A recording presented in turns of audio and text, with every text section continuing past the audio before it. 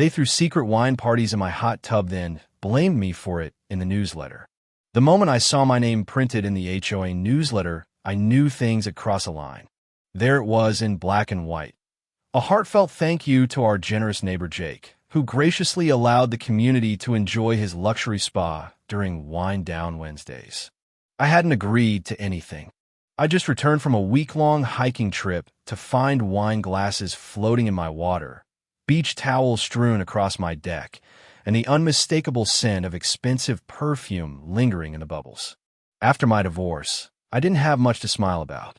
That hot tub wasn't just an expensive toy, it was the only place I truly felt at peace.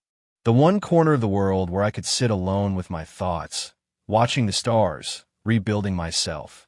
And they turned it into their country club watering hole. My $12,000 therapy session, tainted by strangers who didn't even have the decency to ask. I couldn't sleep that night.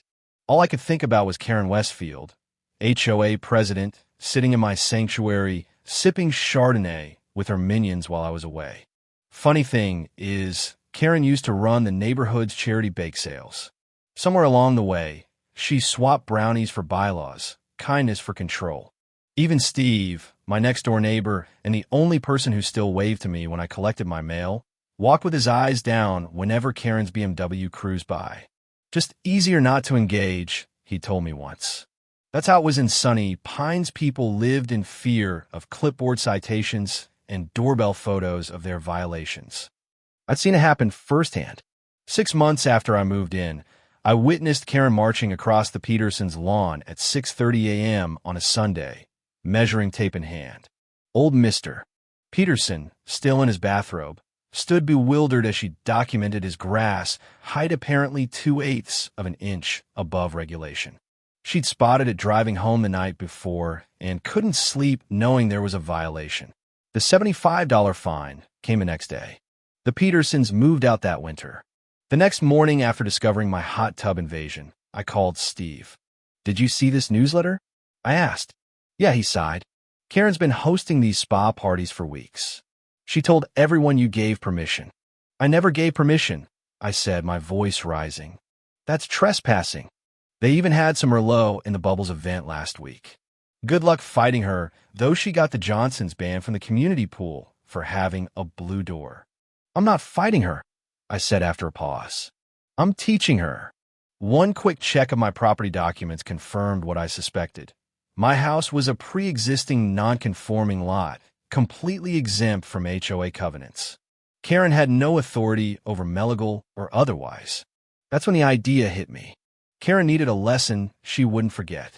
I picked up blue tracer dye from a pool supply store and ghost pepper oil from a specialty spice shop.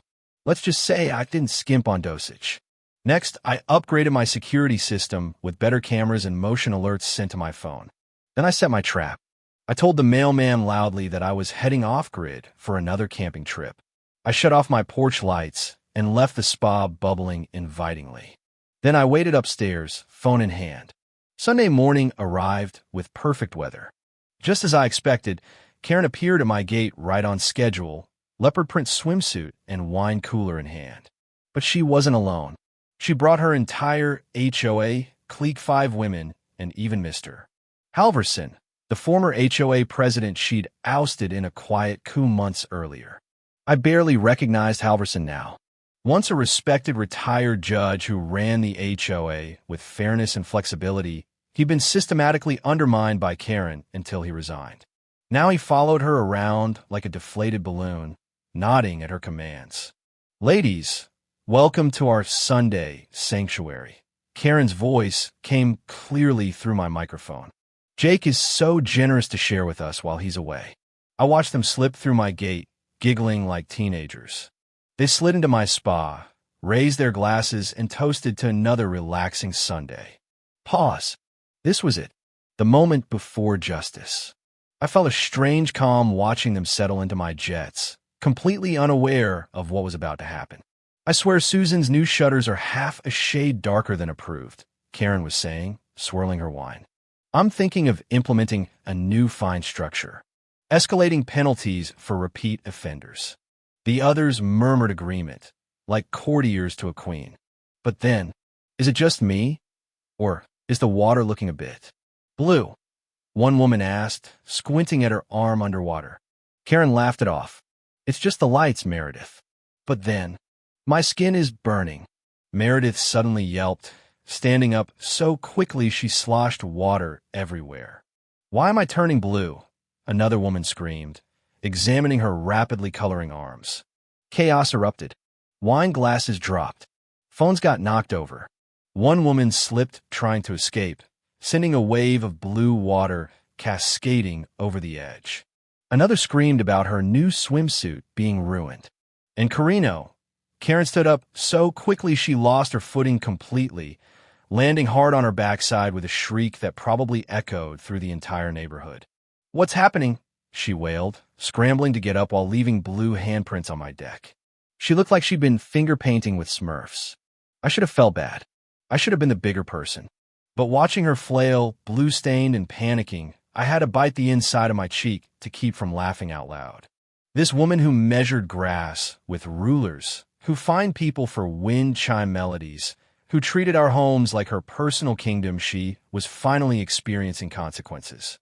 That's when I made my entrance, walking calmly into the backyard, phone recording every glorious second. "Everything okay out here?" I asked innocently. 6 pairs of panicked eyes turned to me. Karen, dripping blue and flushed red, found her voice first. "What the hell did you put in the water?" she shrieked, trying to maintain dignity, while looking like an extra from Avatar. "Just food-grade dye and some chili oil," I smiled. "Totally harmless. Unlike trespassing and lying in newsletters, which are actually against the law." "You poisoned us?" one woman gasped, clutching her blue-stained towel to her chest. "No," I replied calmly. "I simply added non-toxic additives to MY private property. You know, the hot tub you've been using without MY permission for weeks now." Mr. Halverson, still bright blue but maintaining some dignity, looked directly at Karen. Something had shifted in his Aissa's spark of his old authority returning. "You told us he gave permission," he said, voice low but intense. I assumed he wouldn't mind." Karen stammered, mascara now running down her blue-tinged cheeks. "You used HOA fund for this, Mr. Halverson continued, gesturing to the wine bottles. "I saw the receipt listed under community engagement. Just refreshments." Karen protested weakly. "On private property," I added, with cameras recording everything. The women scattered, leaving damp blue handprints on everything they touched. Karen was the last to leave, limping away on stained white sandals, dignity in tatters. "This isn't over," she hissed. "Oh, I think it is," I replied, holding on my phone. "But the footage is ready whenever you want to replay. I'm thinking of calling it Smurfs Gone Wild, HOA edition." After they left, Halverson lingered at the gate. "I should have stopped this," he said quietly. "I knew better. There's still time to fix things," I told him. He nodded thoughtfully before leaving, blue footprints marking his path. That evening, I edited together a highlight reel of the incident and sent it to Steve and 2 other neighbors who had suffered under Karen's regime. "Thought you might enjoy Sunday security footage," I wrote. "Feel free to share with anyone who's received an unfair HOA violation." By Monday morning, the video had spread through the neighborhood Facebook group like wildfire. By lunchtime, someone had created a meme with Karen's shocked blue face and the caption, "When the HOA forgets whose hot tub they're in." Did I booby-trap my spa to hurt them? No. Did they trespass on private property? Absolutely. Did they leave looking like they'd lost a fight with a blue marker factory? That's just a bonus. Karen's response was predictably aggressive. First came an official letter citing me for dangerous chemical storage and creating a public nuisance. The fine was set at $750. I framed it and hung it in my bathroom. Next came an email from her lawyer friend threatening legal action. I didn't bother responding.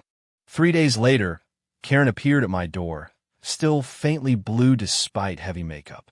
"Take the video down," she demanded. "You're damaging my reputation." "You trespassed on my property," I replied. "You used my spa without permission for weeks. You put my name in a newsletter claiming I'd approved something I never did." It was a misunderstanding, she insisted. No, I said. It was entitlement. And now it's consequences.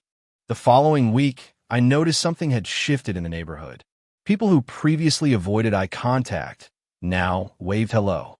I received thank you card from 3 different families. Someone anonymously left craft beer on my porch with a note. Blue beer for the blue justice. But Karen wasn't done. She began spreading rumors that I was trying to extort the HOA, claiming I demanded thousands for spa repairs and emotional trauma.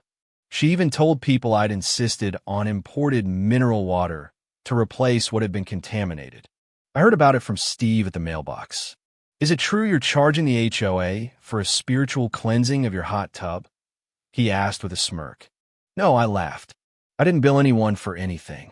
Not even for the ghost pepper oil, which wasn't cheap. Karen's gossip campaign was working, though.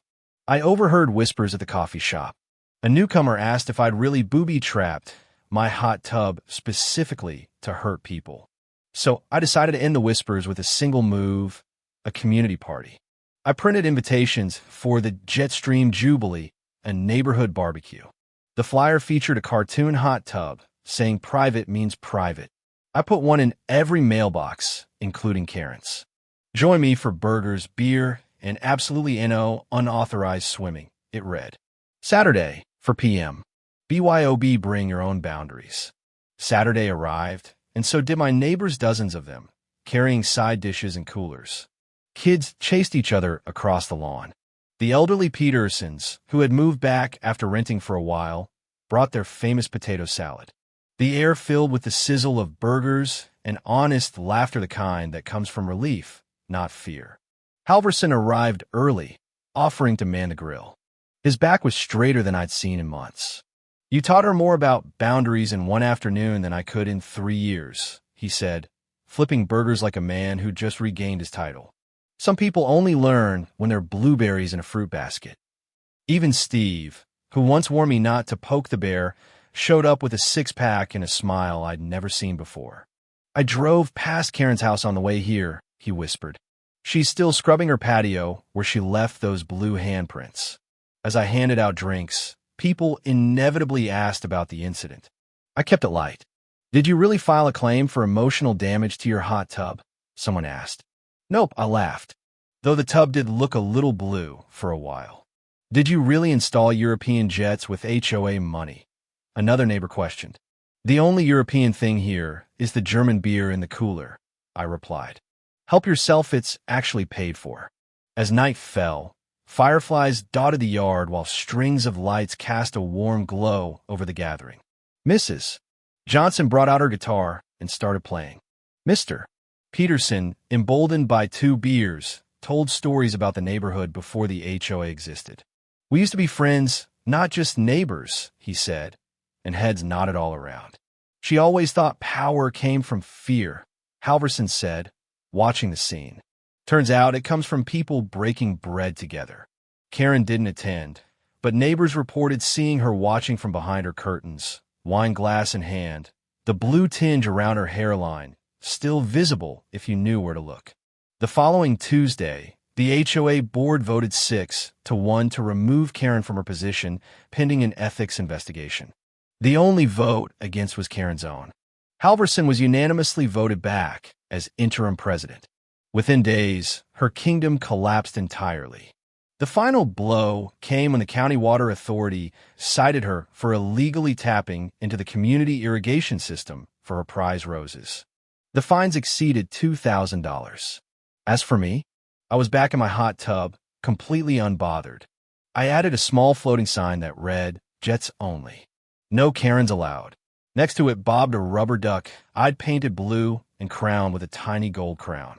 2 weeks later, I received a letter from a new HOA board acknowledging my property was outside their jurisdiction and formally apologizing for past attempts to enforce rules on my land. Steve delivered it personally, with a 6-pack of that same Blue Justice beer. Our friendship, like the neighborhood, had been reborn. I still see Karen occasionally at the grocery store. She's selling her house, now moving to a condo downtown for the lifestyle, she tells anyone who'll listen. But we all know why. As for my spa, It's become something of a neighborhood legend. New residents hear the story within days of moving in. Sometimes I catch people glancing at it when they walk by, smiling to themselves. And the duck still floats proudly blue, bobbing, and unbothered. The HOA queen may be dethroned, but the Duke of Dye reigns supreme in a kingdom of bubbles, where the only rule that matters is the one Karen never understood. Ask before you enter. Justice, it turns out, is best served hot.